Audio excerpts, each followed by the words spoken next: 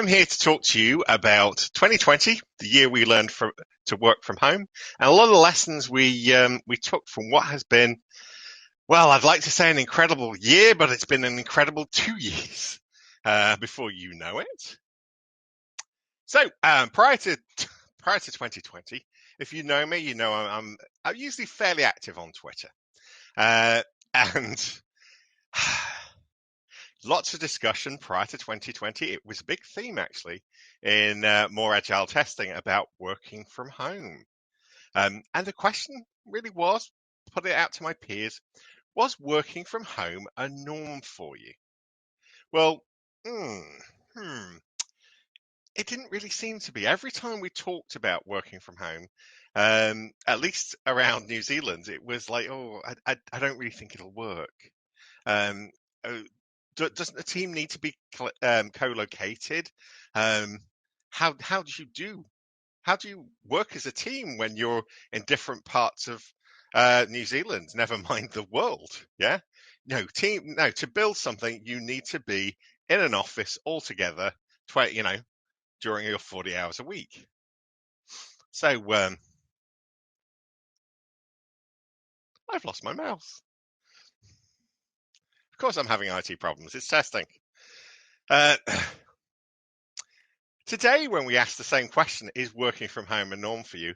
We get a very, very different response. It's been, 2020, 2021, actually. It changed a lot. There was a meme, that really summed this up in 2019, and it was something like this. A company fretting of which button to press.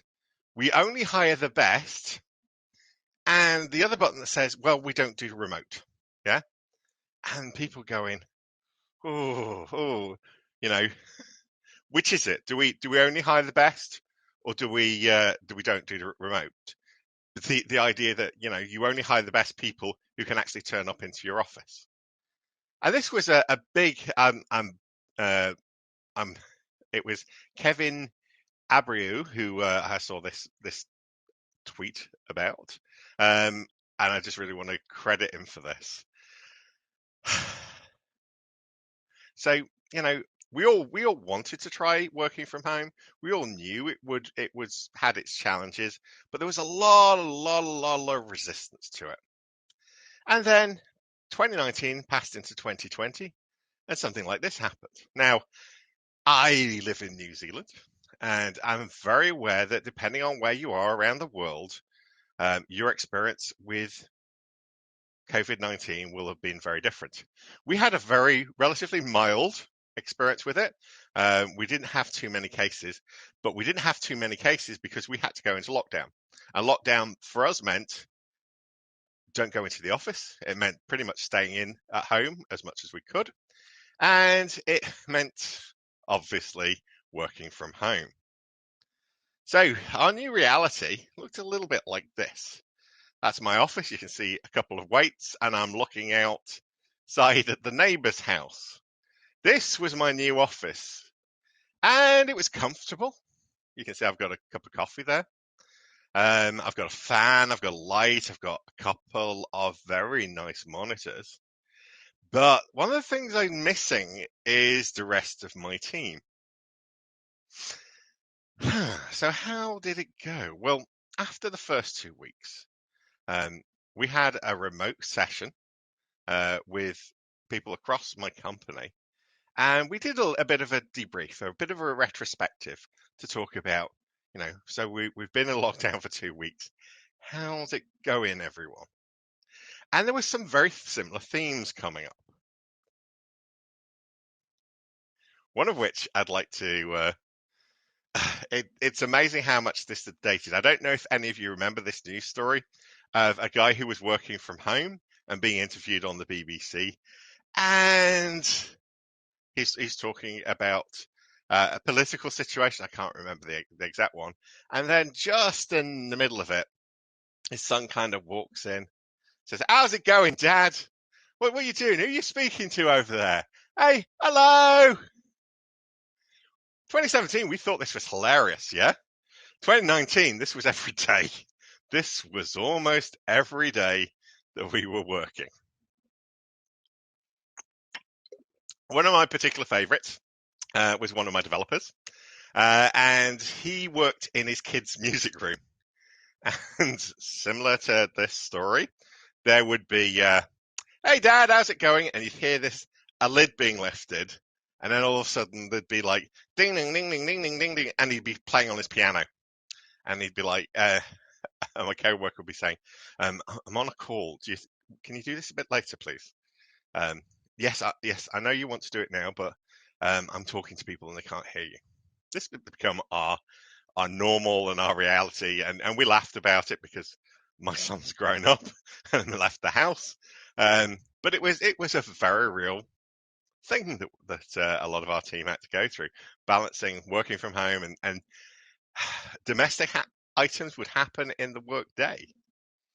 But in general, comedy aside, there were four main themes that everyone really experienced. And they were causing stress. And most of this was around communications. Now, the first thing was a sense of miscommunication fatigue. This is where communication just feels like it's that much harder to do. And a lot of people are getting the wrong end of the stick, and you just seem to have to explain yourself a lot. I'm just making sure that I'm using experimental settings, so if I hear a ding, I'm worried that the organisers are telling me something's going wrong. This is another experience that we have, of course, because we're working from home and we're responsible for our own IT, which includes also our own Wi-Fi. And occasionally my Wi-Fi just goes down in the middle of something. So if I cut to a black screen, that will be why. Number two was feeling isolated from the team. Like you saw in my my picture, I was feeling quite comfortable at home with my cup of coffee, looking at what's going on at the neighbors. Plenty of screens, but kind of isolated from everyone else. Number three was just the very process of organizing. What are we working on? How's it going? What are we doing next? That involved a bit of a challenge. And just the fourth was the general thing of, we're dealing with all these things going on regarding communication, but there's a pandemic going around, and that's, we can't ignore the fact that that's a cause of stress itself. So let's have a bit of a look at these. So miscommunication. Yeah, well, my team was a bit new to everything to do with video conferences, video phone conferences, and it was a learning curve. I would call every video conference that we held in the first 2 weeks chaotic, yeah? Absolutely chaotic. For starters, we didn't have these things, these babies, yeah? We join a conference with our microphone and our speaker on our laptop, blink, and we'd be in. And more often than not, because it's a rookie thing to happen, the volume would be so loud on the speaker that it would be picked up from the microphone. And so it would be things like, hey, Mike, the little echo that keeps going on and on and on. If it doesn't get that kind of when you get the feedback loop, we had a lot of that, a lot of it. And it was difficult and stressful and trying to work out who the echo was coming, telling them, can you turn off your mic, please? There was a whole etiquette around video calls that we had to learn. And it was things like, hey, let's turn off my mic if I'm not speaking. Let's maybe raise my hand rather than butt in, because it becomes like a whole gabble of people speaking on top of it. Another problem that we had, and our initial solution, was, as I was saying, our bandwidth really struggled. The whole country's in lockdown. Everyone's on Netflix. and you do a video conference and people are dropping in and out. So we did the obvious thing, which was turn off our video cameras. That caused a bit of a problem. So why did it cause a bit of a problem? Sorry, who's my MC today? I've forgotten. I'd written the name and now I've gone and lost it in my stress. Are you there? I'd like to ask you just to type into the comments, why did you think turning off the video camera caused chaos? Please tell me someone's there.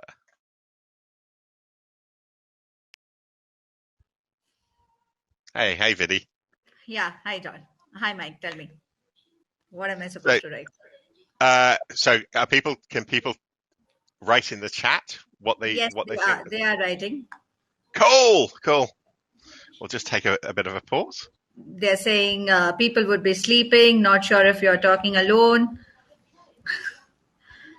Yep, those are good ones, and I think that happened. No idea what other people is doing. Yep. Roaming out, unable to get what is happening on the other end. Yep. These are all really good answers. There's one very specific one I'm going to talk about though now, and we're going to play a little game, which is, so keep the keyboard nearby.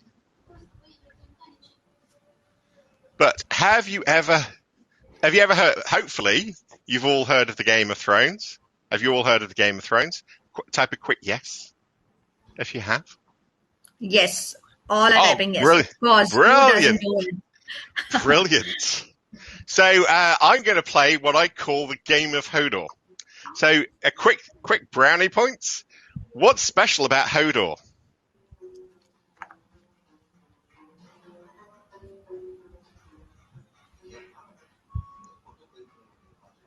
Communication. Yep. So what about him in particular?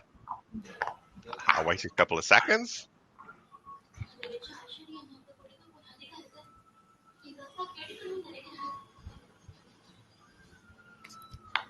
Hold the door. Hold the door. Well, I'm waiting for a particular answer. I don't think I'm going to get it, so I'll just go on. What's unusual about repetition, verbal communication, power? Yeah. Hodor only says one word, yeah? His whole vocabulary exists of one word, and that word is the word Hodor, yeah? So, I'm going to try and play what I call the Game of Hodor. So, I'm just going to say the word Hodor, and I would like you to type in the chat what you think I'm trying to say, yeah? Or what's going on with me, yeah? Okay, so Hodor. Hodor. Frustration, frustrated, hold on, tired. Brilliant. Sighing. Brilliant. That's really good. So I'm going to play it again. I'm going to play about another 2 games. Panic and impatient. Yeah. So I'm going to go, Hodor!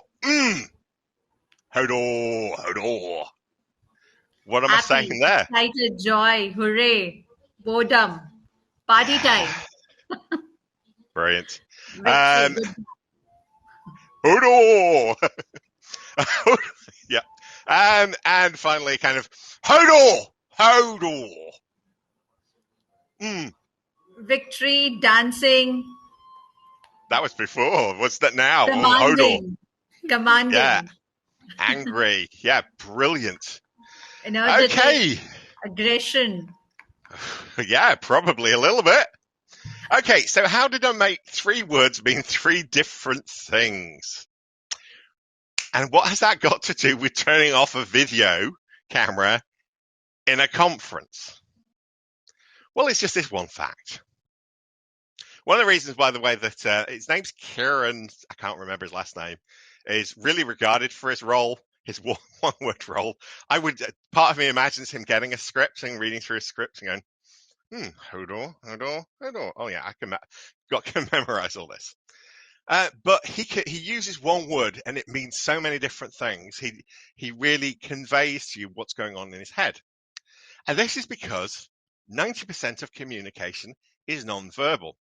When we're all in an office together and we're looking at somebody and someone's kind of going, it's like the word great.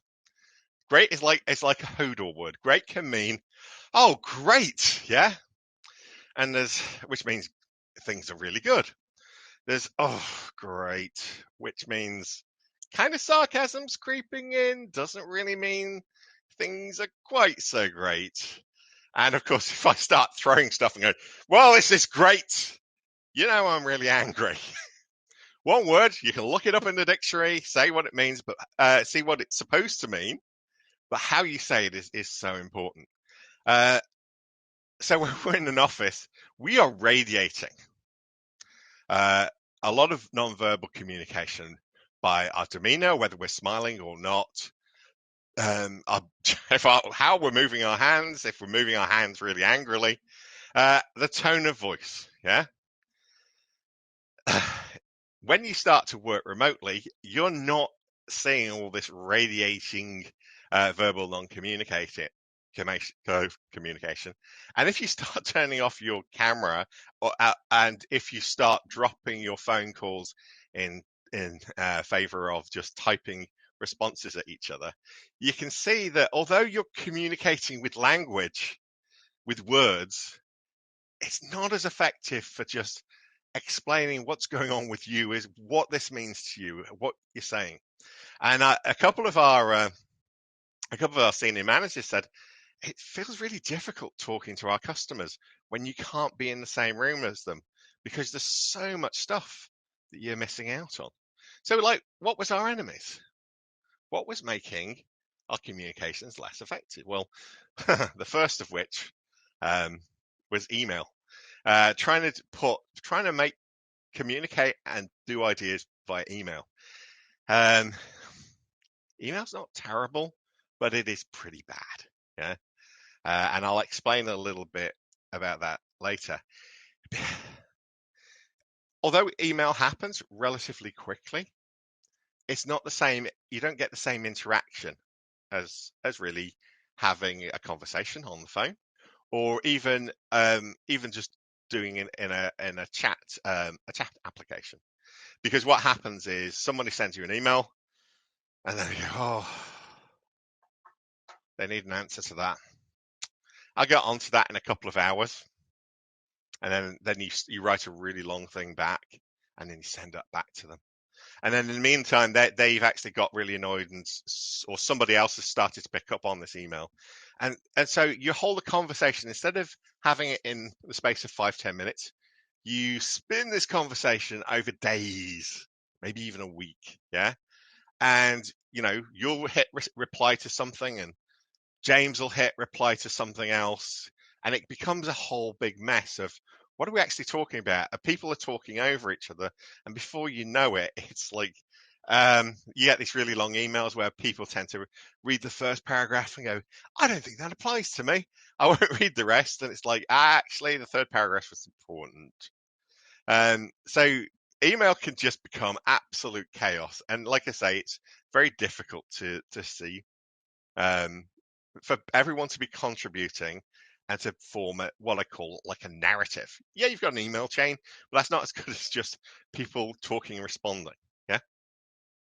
Secondly, not a big surprise, was that turning off the video camera. Without the video camera, we couldn't see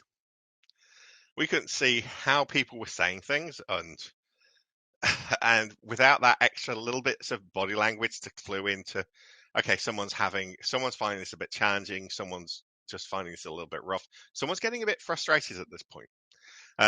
It just felt that tension simmered. And amongst other things, it meant that people, we'd have these meetings, and then we'd have after these meetings or after the email, Things like, what did you mean when you said such and such? So a lot of miscommunication was happening, and then we'd have to recommunicate to kind of bring ourselves back onto the same page. Or even worse, we didn't, and we just kind of went on with what we think we'd agreed, and we'd come back in a couple of days going, I thought you were going to do that. No, you were going to do that. I thought you said it was not a problem. Things like that.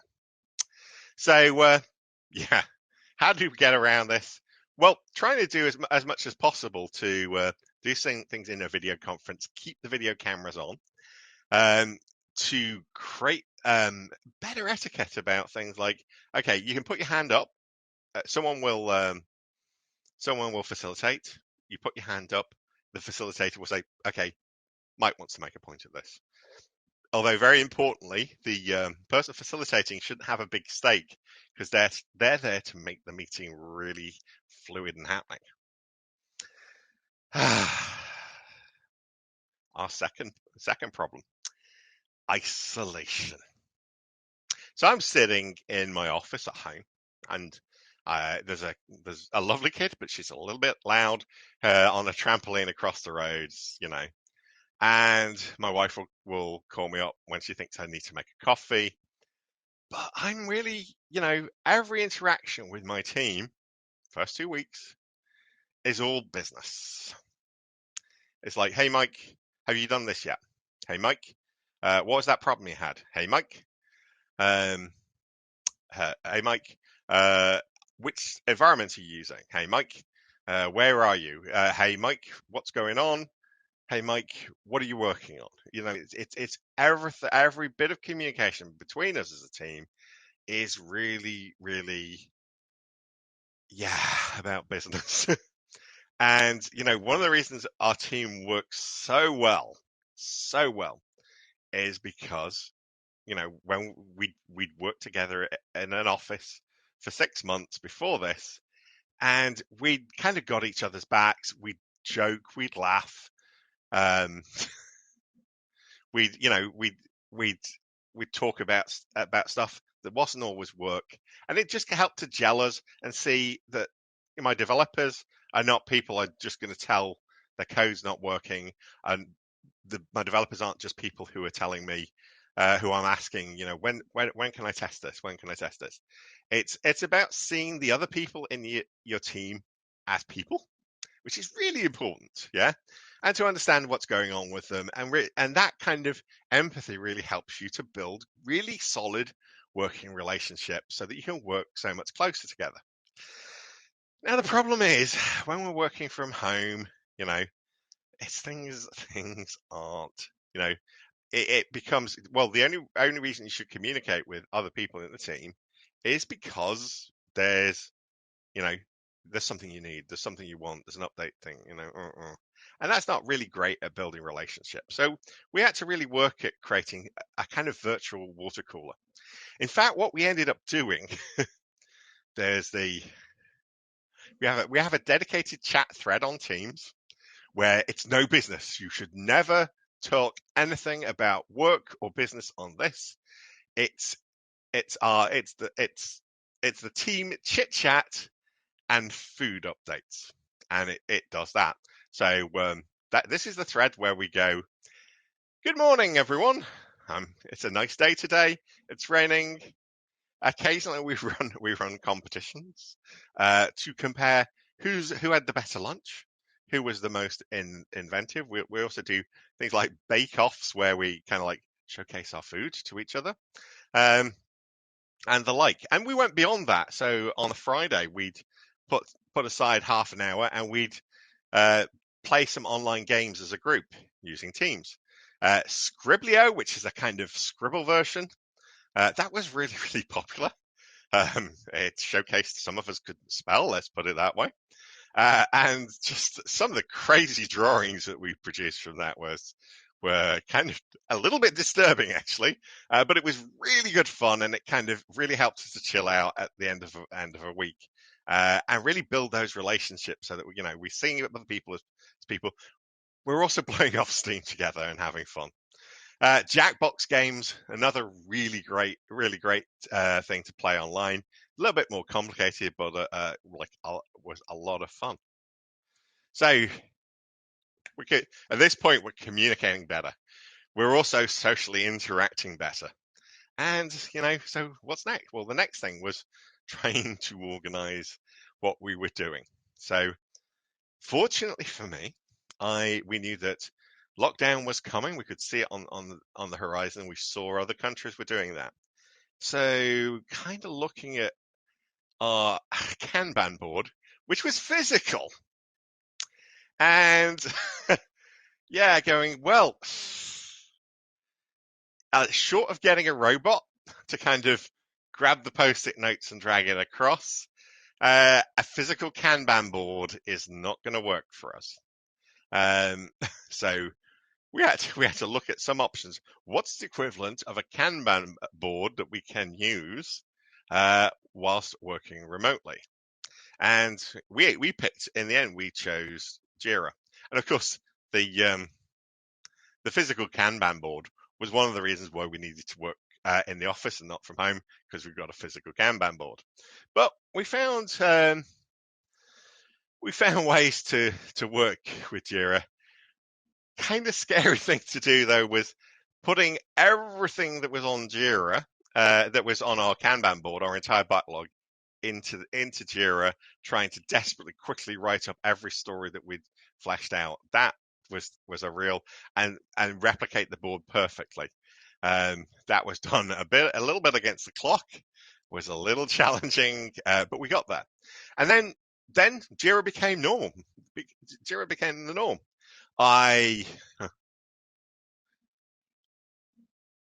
Be really careful about this. Yeah. So I championed Jira. The team didn't like it at first, and then they got really used to it.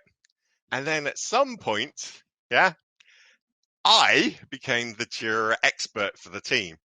And that's meant I had to kind of fix it a lot. So there's kind of it was a bit of a mixed blessing. It was good. It was working. But our project managers particularly loved it. The developers got really used to just updating things as they went along. And I taught my project manager how to look at the board and say, here's what's going on. We can even do reports on defects, what states that they're in. And it allows you to get a picture of, what we're going to achieve this sprint. He absolutely loved that, because obviously you can't look at a Kanban board and go, Kanban board, give me a report. Where you can kind of do that with Jira. Okay.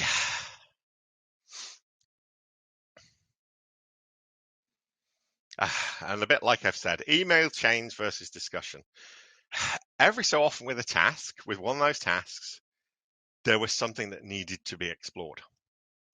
And our general way of doing this would be, let's create an email chain. And for the reason that I've said, email chains can get really out of hand, that you send out emails and the response happens. An email chain is no substitute for just getting everyone into a meeting room and discussing it. You don't always have that option. Sometimes just creating, okay, I'm going to create a discussion thread about this one issue so that we can all kind of contribute, and we'll see if I can kind of sum it up. And if we can reach agreement really, really quickly in about 30 minutes to an hour of just chat, we'll make that and we'll record that decision. If, however, the chat goes on and on for longer than an hour, it's like, okay, this isn't going to work. Let's call a video conference for this at some point, and let's go through this and discuss it as a group with a proper agenda. That was one of the things that we found really helpful. Yeah, pretty much as I've said, discussion threads much easier to use, and as you can see, you create a thread, and everything to do with this one subject goes down. It didn't always work brilliantly, and unfortunately, every so often, I would have to be the person that would say, that's interesting, but that's not what this chat thread's about. Can you take it somewhere else? because it's very easy for people to get the wrong chat group. As I said, I set up a gossip chit chat and food thread, and every so often someone would put that into a technical discussion, and I'd have to unfortunately be the policeman that would say, "Oh, this isn't the thread for this. Can you put it in somewhere else? We're trying to. This is supposed to be about if you fill it full of very delicious looking dumplings, yeah, it's gonna make it very hard to remember what we've decided. So that is a downside, but we sorted it. So what the fourth item? So we've talked about 3 real causes of stress at working from home, but now it's time to really talk about the unfortunate elephant in the room, and that's COVID-19. We can talk all we like about, body language, cameras, communicating better, finding appropriate places to communicating, organizing ourselves online. But we're missing a really, really important element about why we are feeling really stressed at the end of 2 weeks in lockdown. And that's the fact that, there is a world pandemic going on and people are getting sick. For those of you that didn't know, my March 2020, my son was living in the UK. I live in New Zealand, opposite sides of the world. And we get a call at about 5 o'clock in the afternoon. And he rings me and he says, something's up with me. I can't really breathe. There's something up with my chest. And I'm waiting for an ambulance and I'm really scared. And I was talking to a friend of mine about this today, and I said, without a doubt, it was the worst day of my life. Yeah. He made a full recovery. He is someone who would work 60 hours a week, and I've still got loads of energy to go out at the weekend. And this thing that happened to him completely floored him for 2 weeks. He didn't end up going to hospital, but he was just completely smashed by it. Yeah. He was really lucky. He's made a full recovery. It was very, very scary. How does something like that happen to you on a Thursday? For me, at 5 p.m., and I turn up to work at 9 a.m. on a Friday morning and pretend this isn't going on. You just don't. It's very present in your mind, very worrying. Throughout our lockdown, I would wake up about 3 in the morning, and I would do everything that you're not supposed to do, and I'd leave my phone right next to my door to my bed, and if I woke up at some really odd hour and needed a drink of water, I would open up the app and I'd do a refresh to see the COVID numbers in the UK and America and see what was going on. And that was always really sobering and really terrifying because I had a lot of good friends there. The fact of the matter is, it was a pandemic. It wasn't just a lockdown. We were in lockdown because of a very deadly pandemic. And I'm very aware of just how bad things went first in Italy, then in the UK, then in America, and then obviously in India as well, because I've got a lot of friends that come from there. And yeah, there's no escaping the fact that it was stressful. Watching, hoping for a vaccine, hoping it would be delivered in time, hoping that you wouldn't see any more family fall ill or, God forbid, any worse. I have a lot of friends in the UK who lost their parents last year because of this. It was very, very, very terrifying year. And so let's just talk about that a little bit. I had to deal with a little bit with that. I had to reach out and use my most workplaces have got a counselling scheme. I obviously suffered from really bad anxiety and a lot of worry about my son. I can say to you, he got better after 2 weeks. That was a hell of a 2-week wait to know that he was better and it was behind him, and really in a whole month before I knew it really was behind him. Yeah. I felt really anxious about that. I felt really helpless being on the other side of the world. Um, I just said, how do you get a phone call like that at 5 o'clock on Thursday afternoon and then go into work 9 a.m. on Friday? Well, I did go into work. I did turn up late. I did tell my boss what was going on, and they were supportive. And I did end up having to use some counseling because I was really anxious. And most workplaces should have understandable bosses. Bosses you can say, today's not going to be my greatest day. I opened it up by doing that. Unfortunately, before the year was down, we're a highly international team, and we've got people from Brazil, America, South Africa, India, China, and my experience was not alone. It was an experience that a lot of people went through with friends and family that were abroad. It was really terrifying.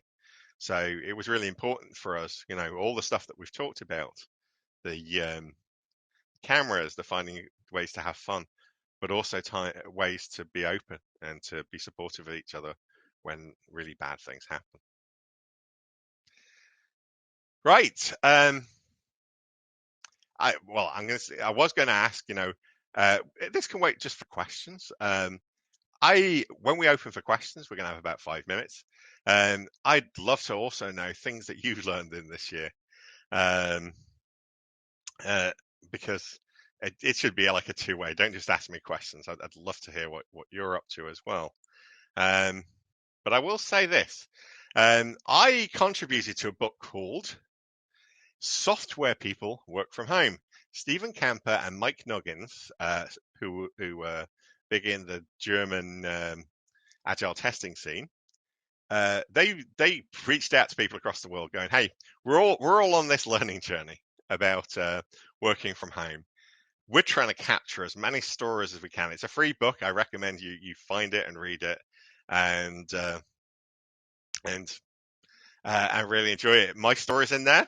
My story is very much based on this talk. It's called "The Beginning of a Video Conference is Indistinguishable from a Sales," because every video conference we had in those first 2 weeks involved the poor facilitators like reaching into the void and saying, "Hello there, can you hear me? Is there anybody out there?" Because it was the chaos of just getting people's microphones to work, people's speakers to work. It was crazy. Anyway, do we have any questions?